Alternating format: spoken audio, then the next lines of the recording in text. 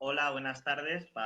Para los que no me conozcáis, yo soy Álvaro Fernández, más conocido en las redes sociales como Farmacéutico Fernández.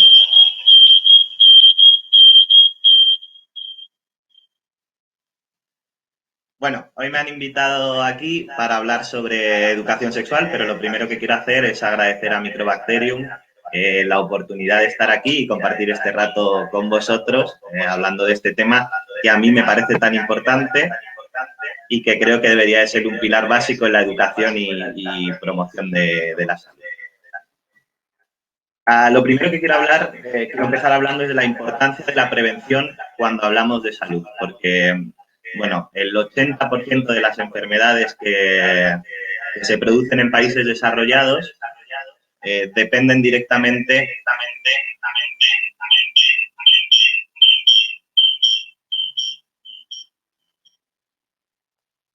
Perdona, es que me estoy oyendo doble. Ya. Perdón. El 80% de las enfermedades que se producen en países desarrollados dependen directamente del estilo de vida. Un estudio reciente de Harvard ha visto que la esperanza de vida es de 10 años mayor en personas que llevan un estilo de vida saludable.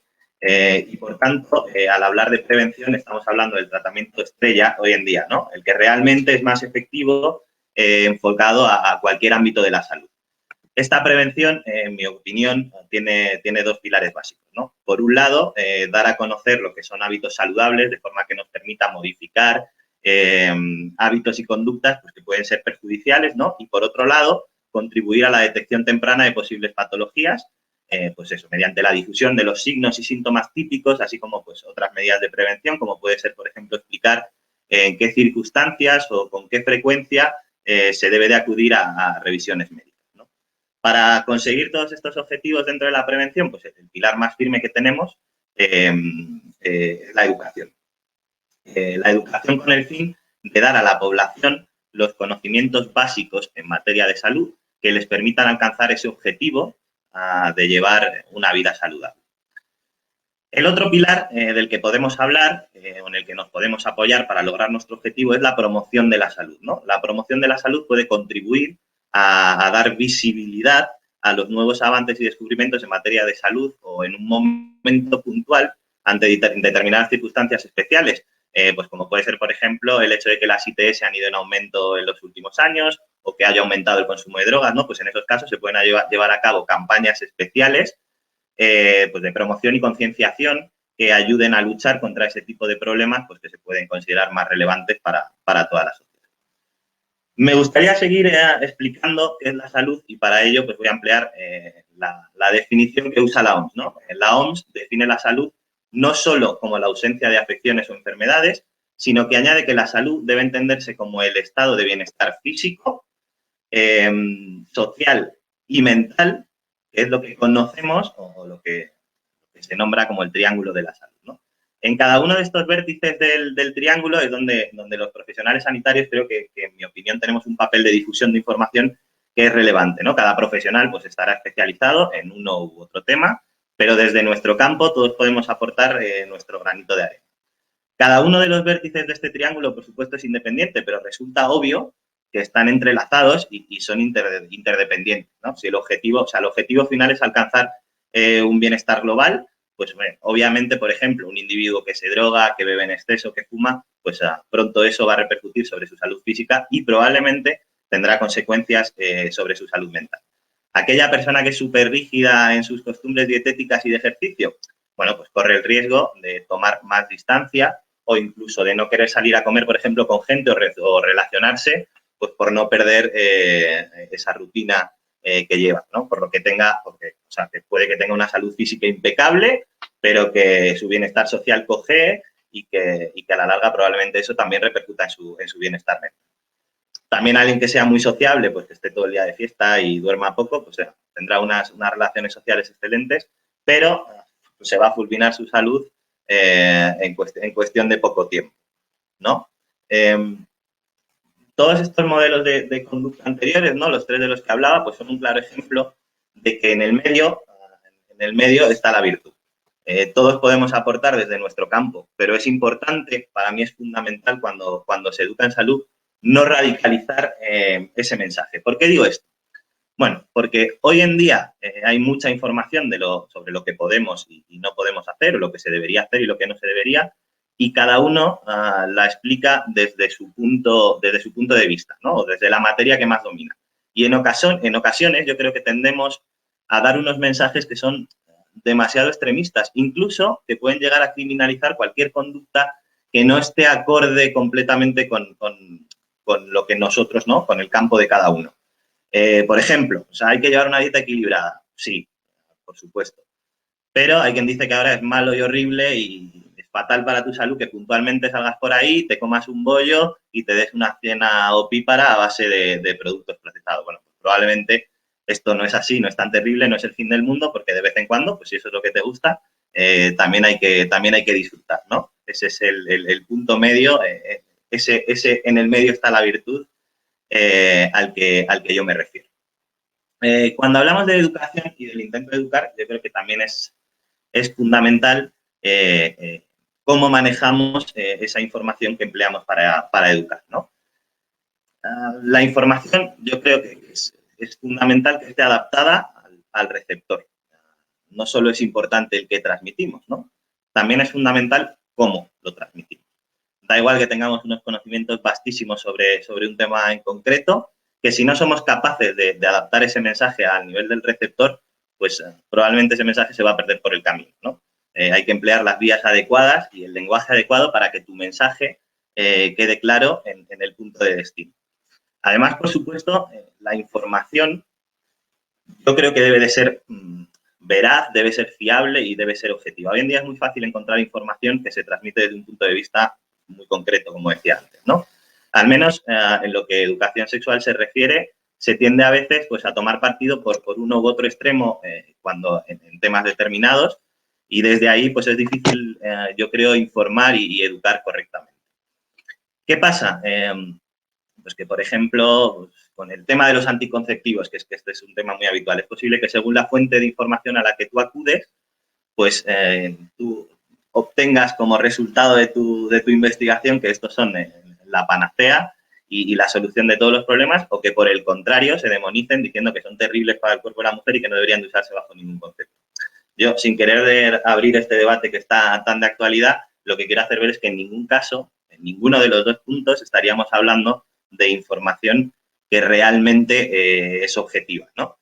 Yo creo que no se debe de intentar aleccionar o de convencer, ¿no? El objetivo de esa educación debe de ser que cada individuo maneje la información necesaria y suficiente para que pueda tomar sus propias decisiones, ¿no? Pero en base a información fiable y veraz, o sea, conociendo los pros y los contras de cada decisión que toma. Ahora, o sea, a modo de anécdota, os voy a contar que yo estudié en un colegio católico, ¿no? Con una educación, pues, obviamente, bastante rígida y bastante tabú en determinados temas, por supuesto, en educación sexual. En este tipo, bueno, por lo menos en mi colegio, una forma de educar era la omisión de información, ¿no?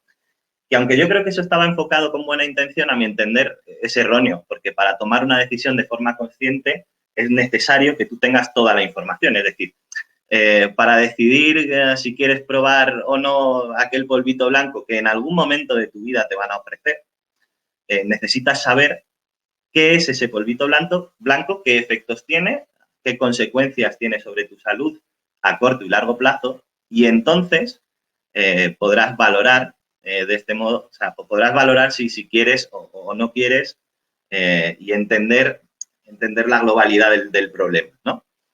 De forma que el centro de las decisiones las pongas en la información que tienen. Y más la gente joven, que es a la que yo suelo dirigirme más en redes sociales.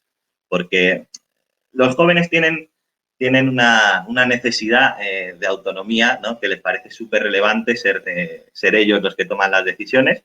Y es cierto que no suelen acudir a sus padres hasta que el problema ya no tiene solución.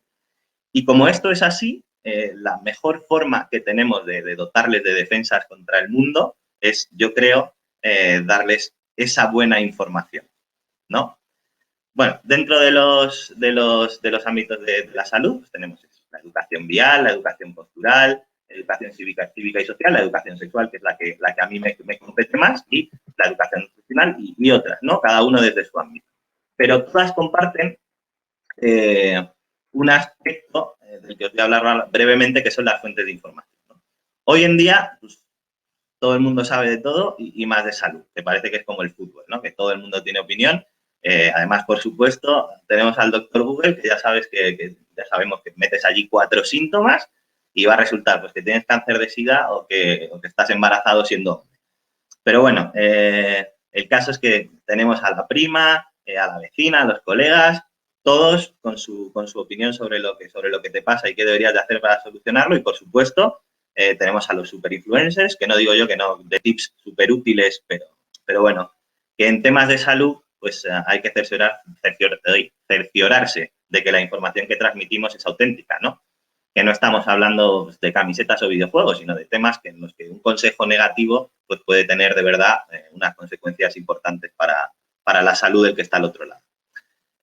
Incluso siendo sanitarios, pues, que obviamente deberían de ser la fuente de información sobre salud más relevante, hay casos en los que teniendo información veraz, a pesar de ello, es necesario estarse actualizando constantemente, ya que hay temas que evolucionan y cambian de manera constante. Un ejemplo claro, pues lo hemos tenido ahora con el coronavirus, ¿no? Donde la información pues estaba en constante evolución y probablemente lo que nos queda con respecto a este tema, ¿no? Pero lo que era válido la semana anterior, pues hay veces que ya no lo era lo siguiente. ¿Quiere decir que tú diste una información mala? No, quiere decir que es precisamente eso que pasa, ¿no? Que la información de la salud evoluciona, aparecen estudios nuevos, no sé, pasa con muchas más cosas, ¿eh? El coronavirus ahora es que es un tema al que es muy fácil recurrir, pero no sé, hasta hace poco se decía que la sacarina era un maravilloso sustituto del azúcar y de un tiempo a esta parte pues han aparecido algunos estudios que indican que podría aumentar el riesgo de padecer diferentes tipos de cáncer, ¿no? O se decía que el acné empeoraba por comer muchos bollos y alimentos con mucha grasa y resulta que ahora se sabe que eso no es así, que los que realmente empeoran el acné son los alimentos que tienen un índice glucémico muy elevado, por ejemplo, ¿no? Pero bueno, centrándonos un poco en el tema de la educación sexual en sí, yo he dividido esta información en 4 bloques, ¿no? Para que podamos ver, pues, para que veamos la necesidad de una buena información y educación. Los 4 bloques en los que yo divido esta educación sexual, que se podría clasificar de otra manera. Esta es la que más me gusta a mí, es, por un lado, la prevención de las infecciones de transmisión sexual, la prevención de los embarazos no deseados, la desmitificación de conceptos y modelos erróneos y luego educar en el respeto y en el conocimiento del cuerpo propio y ajeno, ¿no? Bueno, vamos a empezar hablando un poco sobre la prevención de las ITS. Que, por cierto, que sepáis que ITS es la forma correcta o más correcta de referirse hoy en día, ¿no? Antes se les llamaba ETS, enfermedades de transmisión sexual, pero es cierto que no todas las infecciones de transmisión sexual derivan necesariamente en enfermedades de transmisión sexual. Voy a empezar contándoos por qué es importante promover conductas seguras. Esto iba un poco al hilo de lo que yo contaba antes de los influencers. A ver si podéis, os pongo aquí un vídeo sacado de una red social con un influencer.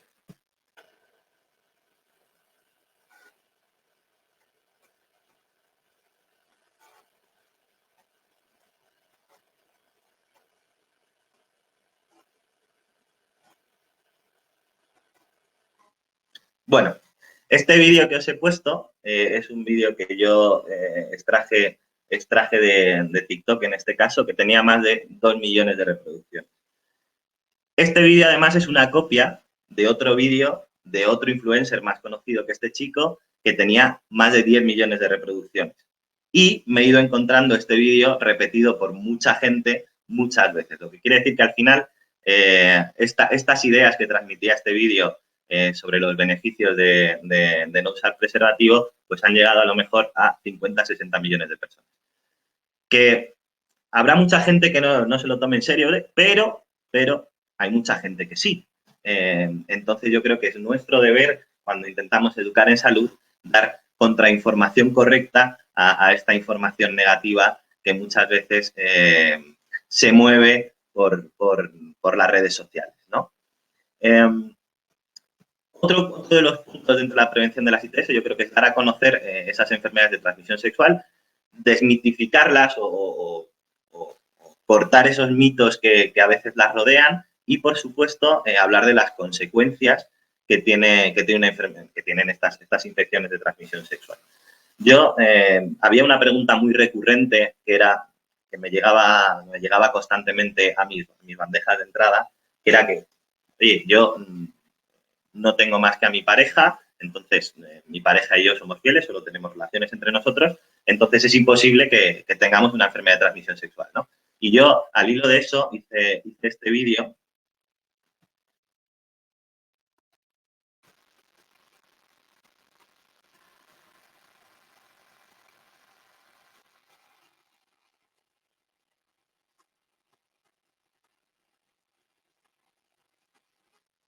Bueno, con el que quería hacer ver que muchas veces las infecciones de transmisión sexual se pueden tener sin saberlas. Está muy bien que tú tengas una pareja, que seáis fieles y solo tengáis relaciones entre vosotros, pero tú no sabes qué hizo la pareja de tu pareja, la pareja anterior de tu pareja, ni qué hizo la pareja de tu o sea, la pareja de la pareja anterior de la tuya, ¿no? Que suena un poco como un trabalenguas, pero que eso puede ser lo que es un contagio en cadena, ¿no? Que vosotros no lo sabéis, no os habéis hecho ningún análisis y puede que vayas arrastrando, pues no lo sé.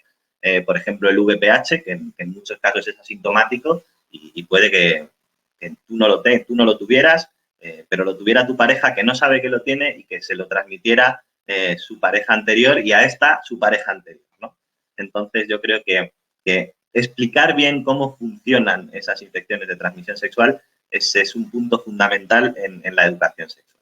Y luego, por supuesto, yo creo que en los últimos tiempos ha habido un poco una relajación de esas campañas de concienciación y eso se ve en que ha habido un incremento de las infecciones de transmisión sexual. Eh, desde el punto de vista, ¿no?, de esa prevención de ITS, hay una necesidad clara de promover esas conductas que disminuyan las prácticas de riesgo.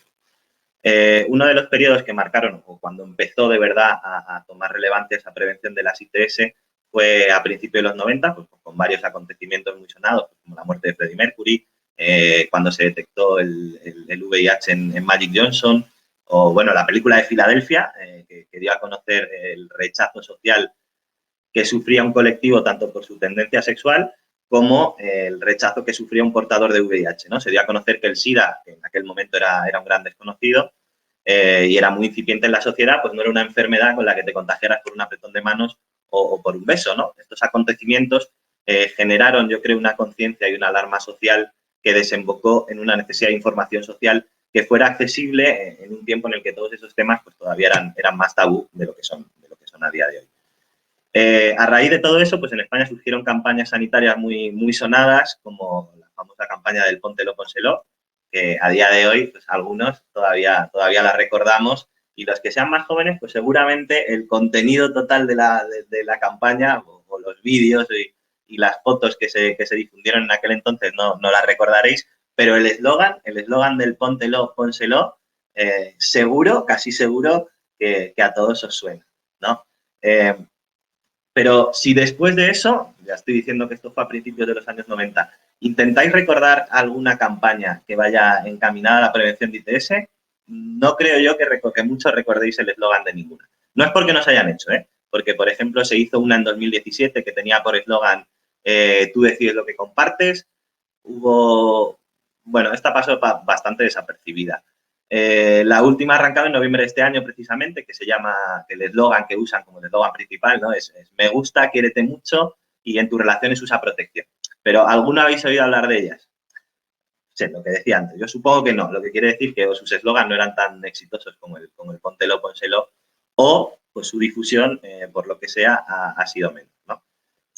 Esta relajación, yo creo, de las campañas de concienciación, junto con una precaria formación académica en materia de educación sexual. Yo hablaba antes de que en mi colegio en mi colegio privado y religioso, pues no era un tema, la educación sexual era un tema inexistente. Yo pensaba que en otro tipo de colegios con una, con una educación menos religiosa, por así decir, la educación sexual era un tema que se trataba mucho más, pero he ido descubriendo que eso no es así y que realmente la educación sexual es algo que se toca o no se toca o se toca muy por encima, ¿no? Parece evidente pues, que esta carencia se ve reflejada en unos datos en los datos que hay sobre infecciones de transmisión sexual y que a continuación voy a contaros los que a mí me parecieron o más me han llamado la atención, que es que, por ejemplo, el descenso en el uso del preservativo entre los jóvenes ha pasado del 84% en 2002 al 75% registrado en 2018. O sea, se usaba más el preservativo hace casi 20 años de lo que se usa ahora.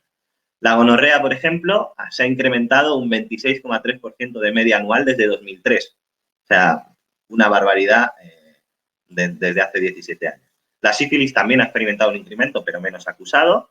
En 2018, en España, hubo 29.514 casos de infección gonocócica, sífilis o de clamidia. Se diagnosticaron 3.244 casos nuevos de VIH, de los que el 83% fueron por transmisión sexual. Y luego hay otro dato que a mí me llamó la atención, que es que la incidencia más elevada de estas infecciones de transmisión sexual se encuentra en el grupo poblacional de entre 25 y 29 años, ¿no? Que es un momento de la vida en el que la libertad en general, pero por supuesto la sexual en particular, suele ser mayor, ¿no? Prácticamente absoluta. Y esto denota que existe un problema educacional de base en la promoción de la salud sexual. Otro de los puntos de los que os quería hablar es de la prevención de los embarazos no deseados. Voy a arrancar también con unos cuantos datos. En 2018 se vendieron 780.000 píldoras poscoitales o píldoras más conocidas como píldoras del día después. De estas 780.000, el 35% se vendieron sabiendo, o sea, a gente que sabía que podía usarlas como método, o que pensaba que las podía usar como método anticonceptivo, ¿no? Como que iban premeditadamente bueno, no pasa nada, podemos tener relaciones sin preservativo o sin otro método anticonceptivo, porque después me podré tomar esa píldora del día después cuando la píldora del día después no es un método anticonceptivo, es un método de emergencia. Y además de eso, los últimos estudios indican que el 10% de las mujeres desconocen la existencia de la píldora del día después. A los hombres, en este estudio no les preguntaron, pero no creo que salieran mucho mejor parados. Se produjeron 6.900 nacimientos de mujeres que dieron a luz y eran menores de 18 años y 78 en mujeres que tenían menos de 15 años. Hombre, no podemos decir que ninguno de estos bebés sean resultado de un embarazo no deseado, pero podemos inferir que muchos de ellos lo eran, ¿no? Y claro, esto pues, demuestra que la educación sexual a temprana edad también es fundamental. En 2019 se produjeron 99.000 interrupciones del embarazo, 3,37 más que en 2018. Esto no es que sea un dato súper relevante por el aumento, pero ahí está, ¿no? Muchas de estas interrupciones del embarazo probablemente se podrían haber prevenido con una educación sexual correcta, porque además hay que tener en cuenta que las consecuencias que tiene, tanto físicas como a nivel mental, pues la interrupción de un embarazo, ¿no? Bueno, ahora os voy a contar un poco las preguntas más habituales o las que más me han llegado a mí desde que hago uso de las redes sociales para intentar transmitir esos conocimientos. La primera es si te puedes quedar embarazada teniendo la menstruación. A ver, lo importante a mí de estas preguntas no son las preguntas en sí, ¿no? Es que, por ejemplo, en este caso, si tú te pones a buscar información, pues hay una corriente muy potente con respecto a los métodos naturales, ¿no? que dicen que conociendo el ciclo ovulatorio de una mujer, pues eligiendo los días en los que tienes relaciones, pues puedes prevenir el embarazo, por así decirlo. Estos métodos se sabe que no son muy fiables. Por ejemplo, especialmente, por ejemplo, este de la menstruación, de es imposible quedarse embarazada teniendo una menstruación, no es cierto. En mujeres que son muy irregulares en sus ciclos, es algo que es relativamente frecuente que pueda producirse un embarazo. Porque además, saber el día exacto de la ovulación es una cosa muy complicada, ¿no? Otra similar a la anterior es, ¿te puedes quedar embarazada si no hay eyaculación? Bien. Si tú buscas información sobre esto, es cierto que encontrarás que si no hay eyaculación, no se puede producir un embarazo. Al hilo de esta pregunta hay una muy similar que suele ser el líquido preseminal embaraza. Y efectivamente, es verdad que el líquido preseminal no contiene espermatozoides, ¿no? Como no contiene espermatozoides, en teoría no se podría producir un embarazo. ¿Cuál es el problema? Si tú buscas esta información y lees esto, en realidad esta es una información a medias. El líquido preseminal no contiene espermatozoides, pero puede arrastrar, por ejemplo, espermatozoides de eyaculaciones anteriores y producirse un embarazo. Entonces, esta es la importancia de que esa información sea veraz y completa, ¿no? Completa y, lo que decía antes, objetiva. Por ejemplo, ¿los anticonceptivos disminuyen la fertilidad? Pues bien, no hay ningún estudio que demuestre a día de hoy que los anticonceptivos de verdad disminuyen la fertilidad. ¿Pero qué pasa?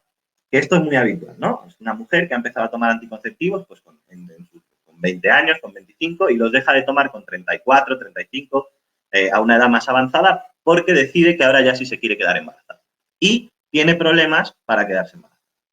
Entonces, el recurso uno de los recursos habituales es decir, bueno, es que como ha estado tomando anticonceptivos tantos años, pues ahora es normal que tenga problemas para estar embarazada. Y la realidad es que eso no es así. Que, claro, la fertilidad con 35 años no es igual que la fertilidad con 20. Pero no es porque los anticonceptivos hayan disminuido la fertilidad, es porque eres más mayor y, por tanto, menos fértil, ¿no? Otra de las preguntas súper recurridas es ¿cuántas veces se puede tomar la píldora del día después? Esto yo lo he oído 500.000 de veces y supongo que que prácticamente todo el mundo, ¿no? No te puedes tomar más de 3 en tu vida porque entonces corres el riesgo de quedarte estéril para siempre. Esto, además, es una pregunta que a mí me llega muchas veces. Me tomé 2 el año pasado y necesito tomarme otra. ¿Puede que me quede para siempre? Y no, esa información, lo mismo que lo de antes, esa información no es cierta. Es verdad que no se recomienda tomar más de 2 en el mismo ciclo ovulatorio, que no se recomienda tomar más de 3 al año, porque la cantidad de hormonas que lleva es importante y es cierto que puede alterar el ciclo en un momento determinado. ¿Pero qué pasa? Que la respuesta para mí a esta pregunta sería ¿cuántas veces te puedes tomar la píldora del día después? Las menos posibles. Entendiendo que esto, y ese es el mensaje importante, que esto no es un método anticonceptivo, es un método de emergencia. Pero si te la tienes que tomar, los posibles efectos secundarios de la píldora del día después son mucho menores que los efectos secundarios, como decía antes, de un embarazo y un aborto, o de un embarazo no deseado, o de una interrupción del embarazo, que tanto a nivel físico como mental, pues tiene unos efectos secundarios mucho más devastadores de los que puede tener tomarse la píldora del día después en un momento determinado, ¿no? Otra pregunta muy habitual es ¿cuál es la eficacia de los anticonceptivos? Esto es súper frecuente, ¿no? Yo tengo pareja estable y me estoy tomando la píldora y ya está, y entonces ya no hace falta que use preservativo. Bueno, esto es sí y no. Tienes que entender que hay que entender que ningún método anticonceptivo de los que hay actualmente tiene una fiabilidad del 100%. Ni siquiera la vasectomía, ni siquiera la ligadura de trompas, que en teoría deberían de ser los más fiables, pues con esos también hay casos en los que se han producido embarazos. Además, tú estás tomando la píldora, es cierto que el embarazo no deseado estaría cubierto, pero ningún anticonceptivo, quitando el preservativo, previene las infecciones de transmisión sexual. Esto es así. Hay otros muchos casos en los que preguntas de, oye, pero ¿y si uso la píldora también puedo usar el preservativo? Por supuesto, ¿no? El doble método que se llama incrementa la eficacia total, ¿no? Si uno tiene una eficacia del 95 y el otro tiene una eficacia del 95, obviamente si empleas los dos, pues esa eficacia se potencia. Pero no en todos los casos se puede usar un doble método. Yo hice en su momento una serie de vídeos hablando del preservativo femenino y recibí muchas preguntas en las que, o sea, mucha gente que me preguntaba si se podía usar el preservativo masculino y el preservativo femenino. Pues bien, en ese caso, por ejemplo, no se podría, porque al usar los dos a la vez, el roce entre los dos materiales hace que se incrementen las probabilidades de que esos preservativos se rompan. Y, por tanto, en ese caso, sería perjudicial usar ese doble método, ¿no? Bueno, luego, por supuesto, los anticonceptivos son malos. Bien, esto hay una corriente también desde determinados puntos de vista no demasiado objetivos que tienden a demonizar estos anticonceptivos, y también hay una corriente que dice que no, que los anticonceptivos no pasa nada, te puedes tomar sin problema.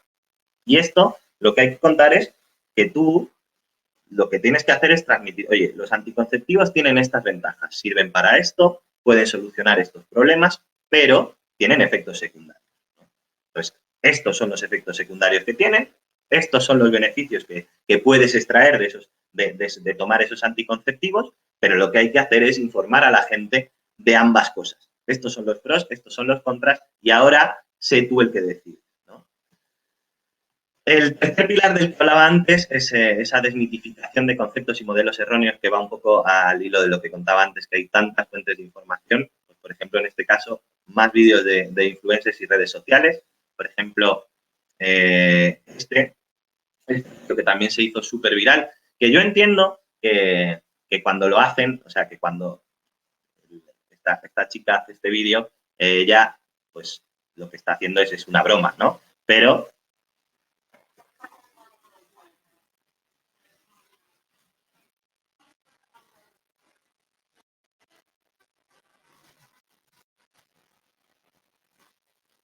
bueno, yo que sepáis que a este vídeo hice un vídeo diciendo que si te pegaban un tortazo con un guante, pues realmente te estaban pegando un tortazo, ¿no? Eh, pues obviamente este tipo de vídeos que se difunden súper rápido, porque es eso, ¿no? Es un vídeo que es gracioso y que en un momento, pero en un momento dado puede llevar a determinadas personas a tomar un concepto erróneo, ¿no? Sobre todo a la gente joven, porque estos vídeos están extraídos de TikTok, que es una red social que mayoritariamente lo que hay es gente muy, muy joven, ¿no? Y meterles esas ideas que a lo mejor en alguien más adulto es obvio que dice, bueno, pues, el chiste del día, pero el chiste del día en la cabeza de un joven, a lo mejor eso, o sea, va entrando y va entrando, entrando, y al final acaba por calar, ¿no? Eh, Tengo otro vídeo, por ejemplo, este, que a mí, yo, bueno, primero,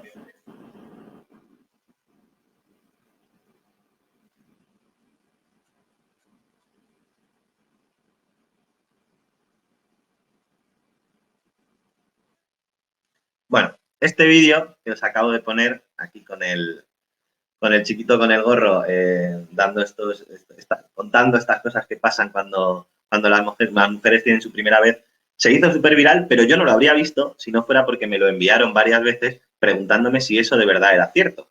Lo que es una prueba de que este tipo de vídeos, pues, cuando llegan a determinada gente, pues pueden hacer eh, pueden ser muy negativos. Dentro de esta desmitificación de conceptos y más centrado en los modelos erróneos, ¿no? Podríamos hablar del porno como fuente de educación sexual. Por desgracia, hoy en día el acceso al porno masivo es muy fácil, desde muy jóvenes. Yo no digo que la pornografía sea negativa per se, ¿no? Pero en gente que no ha tenido contacto ninguno con la sexualidad todavía, pues pueden hacer mucho daño. Yo recibo muchas preguntas de este tipo. Esta en concreto me la mandó una chica que me dijo que cómo podía ella disfrutar como en el porno. Yo hice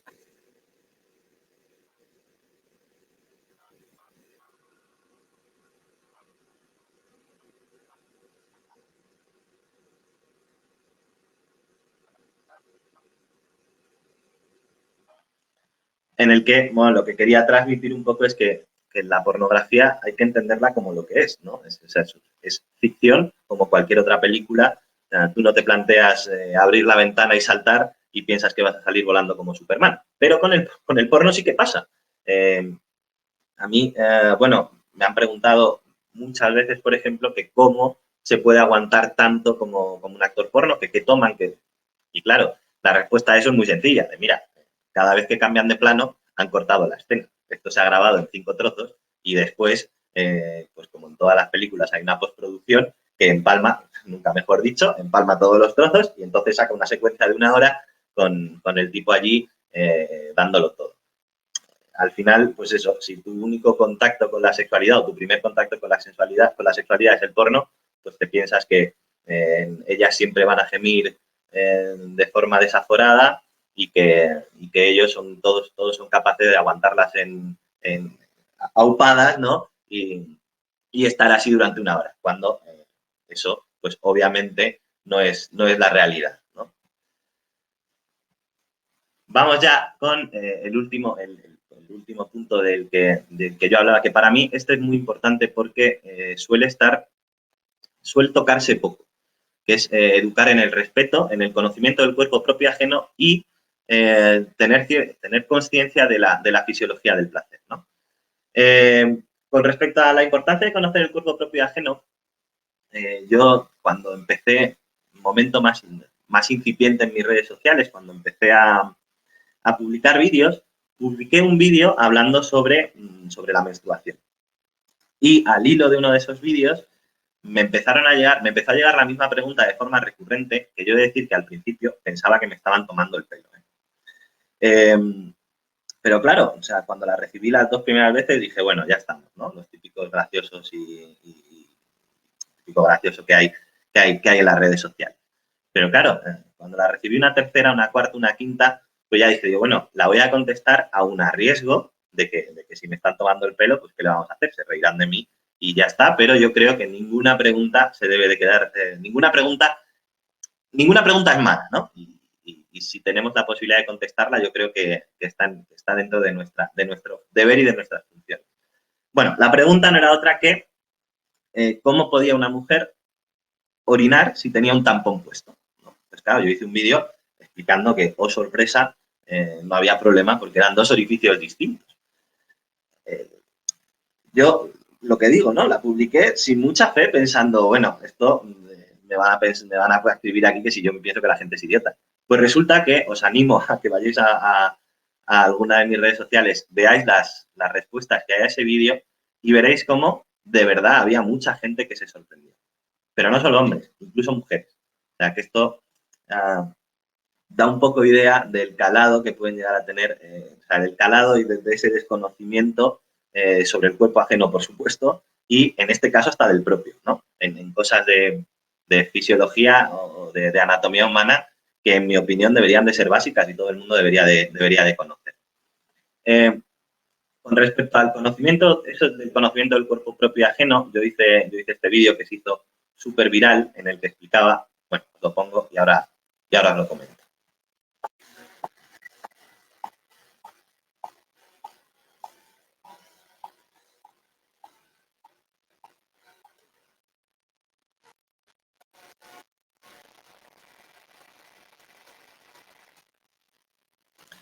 Bien, bueno, el vídeo acababa diciendo, mira mi vídeo sobre el clítoris, porque cuando hice ese vídeo, resulta que yo en mi investigación descubrí que había un porcentaje importante de mujeres que no sabían de la existencia del clítoris y un porcentaje mucho más importante de hombres que no sabían de la existencia del clítoris, ¿no?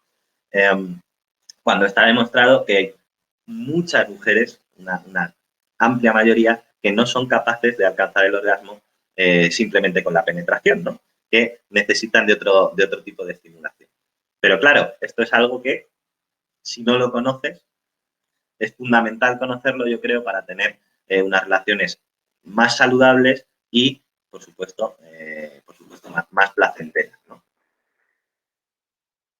Las preguntas más habituales también en este ámbito, quiero que os fijéis en el tipo de pregunta, ¿no? La pregunta por excelencia es: ¿el tamaño importa? Con respecto a esta pregunta, yo hice una encuesta, por así decir, en Instagram, y fue curioso porque el 65%, hablo de memoria, pero los porcentajes eran más o menos así, el 65% dijo que no importaba y el 35% dijo que sí importa. Dentro de ese 35%, el 80% de los que dijeron que sí importaba eran hombres, solo un 20% eran mujeres. Obviamente, en el otro 65% el porcentaje que decía que no importaba era mucho mayor el de mujeres que el de hombres, ¿no? Con lo cual, esto quiere decir que ellos tienen realmente, en este caso, pues, o sea, le dan mucha más importancia a algo que para ellas no lo tiene tanto, ¿no? Porque al hilo de esto, la siguiente pregunta muy habitual es ¿cómo puedo agrandar el miembro? Y esta pregunta, de verdad, a mí me llega todos los días, 2 o 3 veces por redes sociales. Bueno, con respecto a esta pregunta hay que decir que no existe ningún método que sea seguro y duradero para conseguir que el tamaño del miembro viril se incremente. Es verdad que existen métodos, pues el método Yelkin y tal, que pueden dar un crecimiento temporal que remite enseguida y que además puede tener unos efectos secundarios importantes, llegando a producir incluso la disfunción eréctil permanente, ¿no? El único método que funciona es la cirugía y además no es un incremento del tamaño funcional, es solo un incremento visual, con lo cual la utilidad es bastante relativa. Otra de las preguntas muy habituales es ¿qué pasa cuando me ha dado una tía? Y esta me ha llegado desde los 2 puntos de vista, ¿no? Que da lugar, o sea, que hace ver el desconocimiento de lo que yo decía, de la fisiología propia y de la fisiología ajena, ¿no? De tu pareja. Ellos me escriben muy preocupados o normalmente porque se están iniciando en su vida sexual y pues tienen los típicos nervios del directo, a veces cuesta arrancar, ¿no? Porque es una situación nueva que genera un poco de estrés. Entonces, pasa, ¿no? Estas cosas pasan o no les ha pasado nunca y de repente un día puntual o 2 días puntuales pues les empieza a pasar y claro, esto es decir, es que te tienes que conocer un poco, quiero decir, pues en un momento puntual puedes tener un periodo de más estrés, puedes estar más cansado, puedes tener una libido menor y no pasa nada, no es que tengas ningún problema, no implica que tengas alguna patología, ¿no? Si eso es algo que no se alarga en el tiempo, pues no pasa nada. Y la pregunta que me llega desde el otro lado, ¿no? Desde ellas, que preguntan, bueno, es que esto me pasó el otro día con mi pareja, ¿quiere decir que ya no le gusto? ¿Quiere decir que ya no me quiere? No, no tiene nada que ver. Y yo ¿no? Intercambiaba mensajes con una chica que me decía que daba igual lo que yo le dijera, que es que ella pensaba que de verdad es porque a él ya no le gustaba, ¿no? Que hasta entonces no habían tenido problema. Y claro, yo le planteaba la siguiente pregunta. ¿A ti te apetece siempre? Y decía, no, claro, a mí hay veces que me apetece menos, tal. Dice, bueno, hubo una época en la que a mí me costaba mucho, no tenía muchas ganas y teníamos que usar lubricante porque de forma natural yo no podía. Digo, bueno, en tu caso, quiero decir, a lo mismo que te pasa a ti le puede pasar a él. Lo que pasa es que, claro, en su caso, pues es más difícil de solucionar, ¿no? Pero no quiere decir que la relación haya ido a peor que ya no haya amor, por así decir, ¿no? Otra pregunta muy recurrida es ¿cómo puedo aguantar más? Esta es también súper recurrente. Claro, te dice ¿cómo puedo aguantar más? Entonces la pregunta siguiente es, bueno, pero ¿qué consideras? ¿Por qué quieres aguantar más? ¿Cuánto consideras que es normal aguantar? ¿No? Y pues nada, yo aguanto 10 minutos y ya está, y me gustaría aguantar. Y bueno, ya es cuando ya tú le muestras las estadísticas, ¿no? Entonces, una relación, primero, no es solo la penetración, ¿no? Tiene mucha parte por delante y mucha parte por detrás, y eso es el global de una relación sexual. Pero si te centras solo en la penetración, no suele, o sea, la media son 7 minutos. Cuando les dices son 7 minutos, hay alguno que se viene muy arriba y dice, bueno, pues yo 7 minutos yo aguanto mucho más. Está estupendo. Y el global de una relación normalmente está entre los 13 y los 15 minutos. No se considera eyaculación precoz. Bueno, eyaculación precoz leve se considera entre 3 y 5 minutos y por debajo de eso ya se considera que se puede tener un problema de eyaculación precoz grave, ¿no?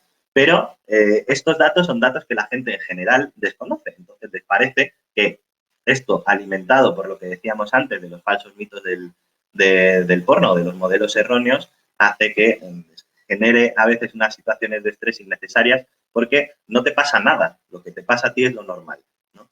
Pero de todas formas, yo lo que quería que os fijarais es en que todo este tipo de preguntas son unas preguntas que a mí, que si las ves, son un poquito egoístas, ¿no? Porque están centradas en el yo, en mí.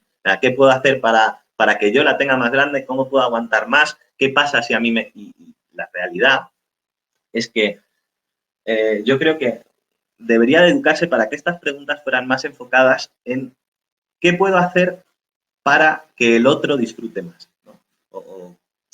O no sé cómo, no sé muy bien cómo darle cómo transmitir el concepto, este concepto, pero todas las preguntas van así orientadas, ¿no?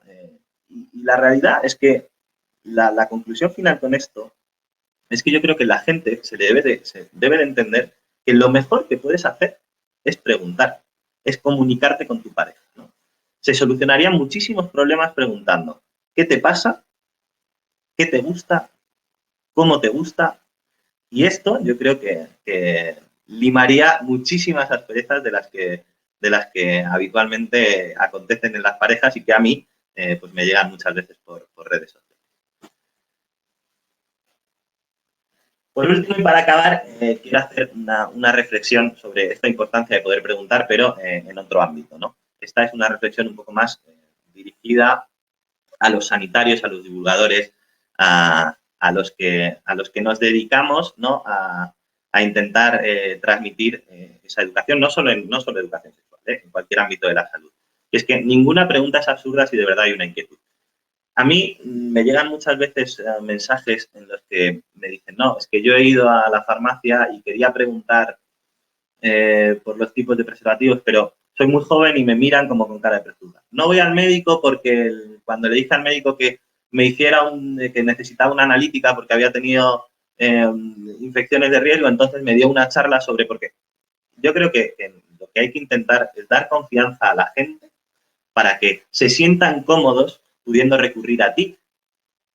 En el tema de la educación sexual, por supuesto, porque, como decía antes, es un tema que es más difícil de tratar con la gente de tu entorno, ¿no? Pues por vergüenza o por miedo a la reacción.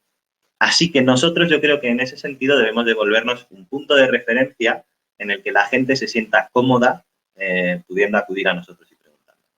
Así que, bueno, yo con esto doy por finalizada mi charla. Espero que os haya gustado.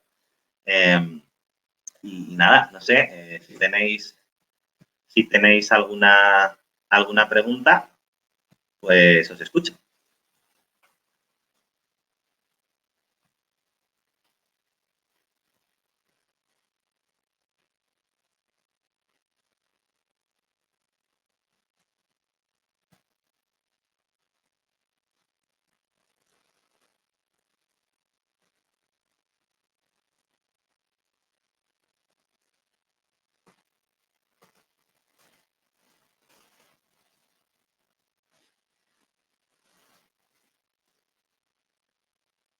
De nada, muchas gracias a ti por escucharme.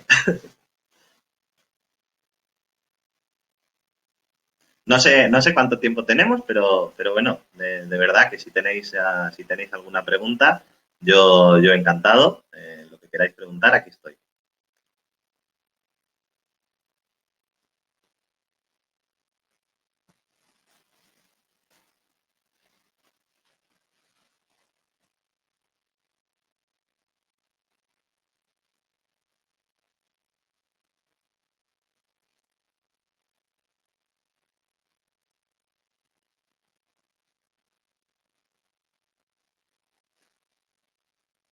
Bueno, no sé si esto quiere decir que os he dormido a todos o que ha quedado todo súper súper claro. Eh, así que, así que nada, yo creo que con esto pues lo podemos dar por finalizado. Muchas gracias por haberme escuchado de nuevo.